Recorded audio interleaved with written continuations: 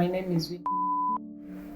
I was diagnosed with breast cancer in the year 2022. Oh my God. Okay. Yeah, 2022, November to be precise. It was during the Breast Cancer Awareness Month in October. I felt pain on my right ribs, like it was like a stabbing kind of pain. So I said, could my heart be having a problem? That is what came into my mind. And then I ignored it. It was in the starting month of October. Again, towards the end of October, I felt the same pain at the same place. So I told myself, why should I not go for screening? Because this is Breast Cancer Awareness Month, it's good if I just take that step to go and check myself.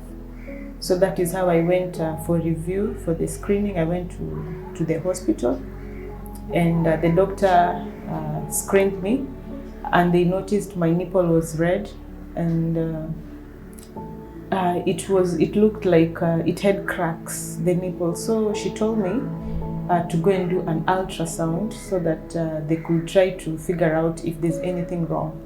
So when I went for the ultrasound, that is when they found a lump inside under my armpit. The lump was so deep, it was deep that I couldn't have felt it even by just touching. Yeah. So when I returned the results, the doctor told me to take the results to a surgeon. So I went to the surgeon and I told him, this is what I've got and I've been told to come and see you. So the surgeon told me, okay, now what we do, this looks suspicious, let us not ignore it. So what we do, let us go do mammogram, then when you come to me, we can proceed from there. So I went to the hospital, I did a mammogram, and the results came out normal. I took the results to the doctor.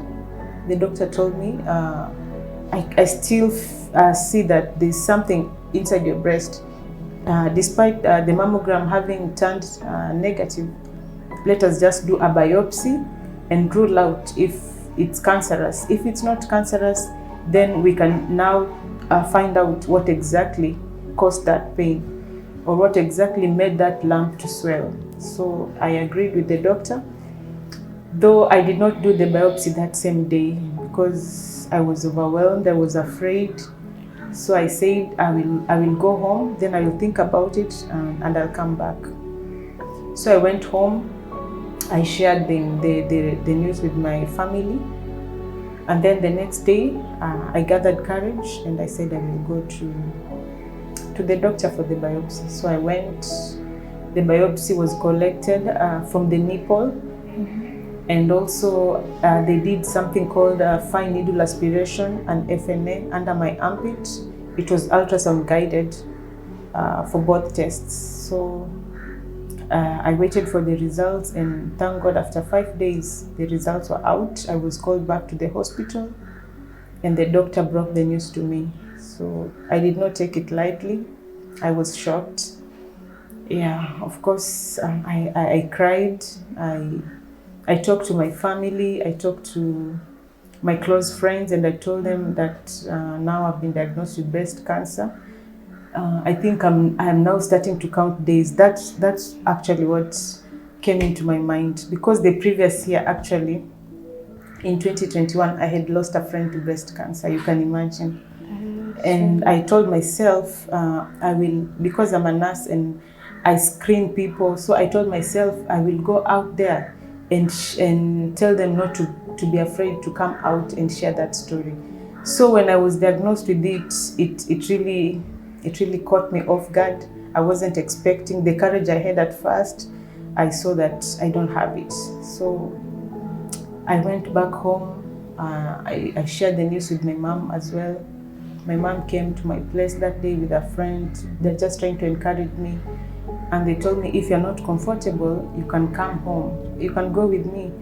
Instead of just staying here alone, you can come with me so that you stay away from just thinking about it. So I agreed. I packed my things and I went to my mom's place. Yeah, that night I did not sleep. I remember I just went to my bedroom, and after some times I am up. I'm going back to my mom's room, asking her questions. Will I survive this thing? Is it in our family? Where has it come from? And I really had it rough, but I was counselled. I was encouraged by my colleagues, my parents, everybody who was around me. They encouraged me and they told me it is not a death sentence. It is not the end of life. Many people have survived it. Many people have lived, and I met most of those people who had gone through it and they survived it. And I started getting courage. So the doctor called me after 2 weeks and she told me, now we need to move, we need to treat. Yes, you need to make up your mind because we already touched that disease. We already done a biopsy, so that thing might be spreading. We have to work on it immediately. I told him it's fine, I will come. So I went.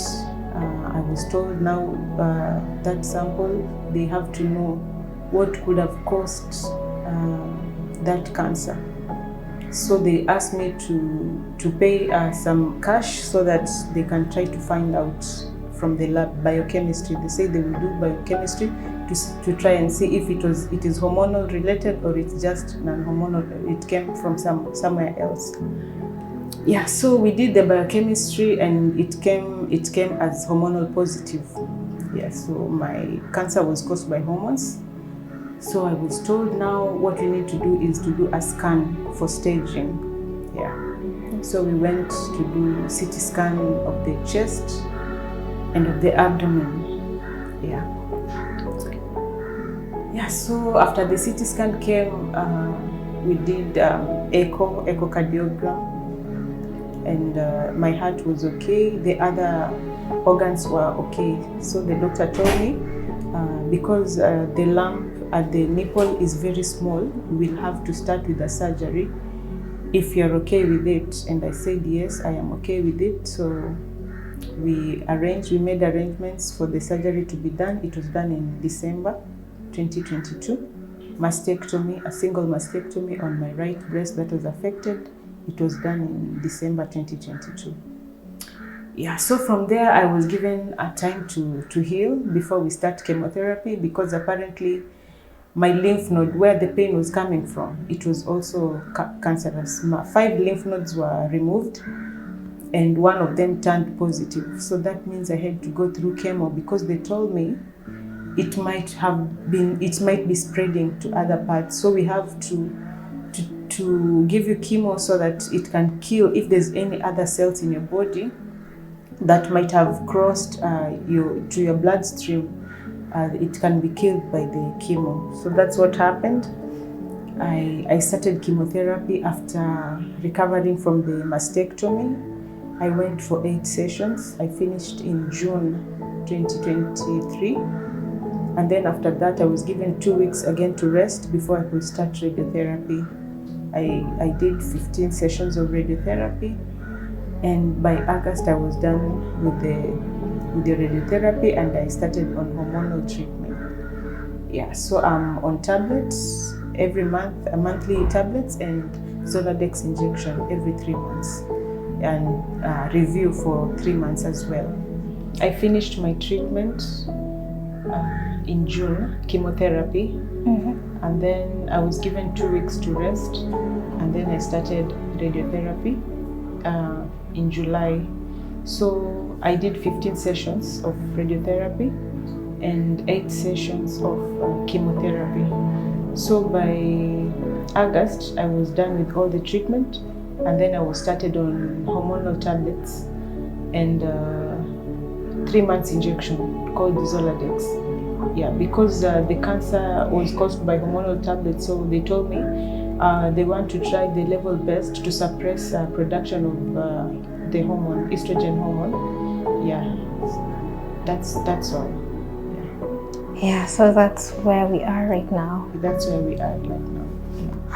Thank you. Thank you so much for sharing your story. Yes. You're very articulate, and I like how you have information about what is actually happening to you, what you've gone through, and thank you so much for being here with us. Yeah, thank you for having me.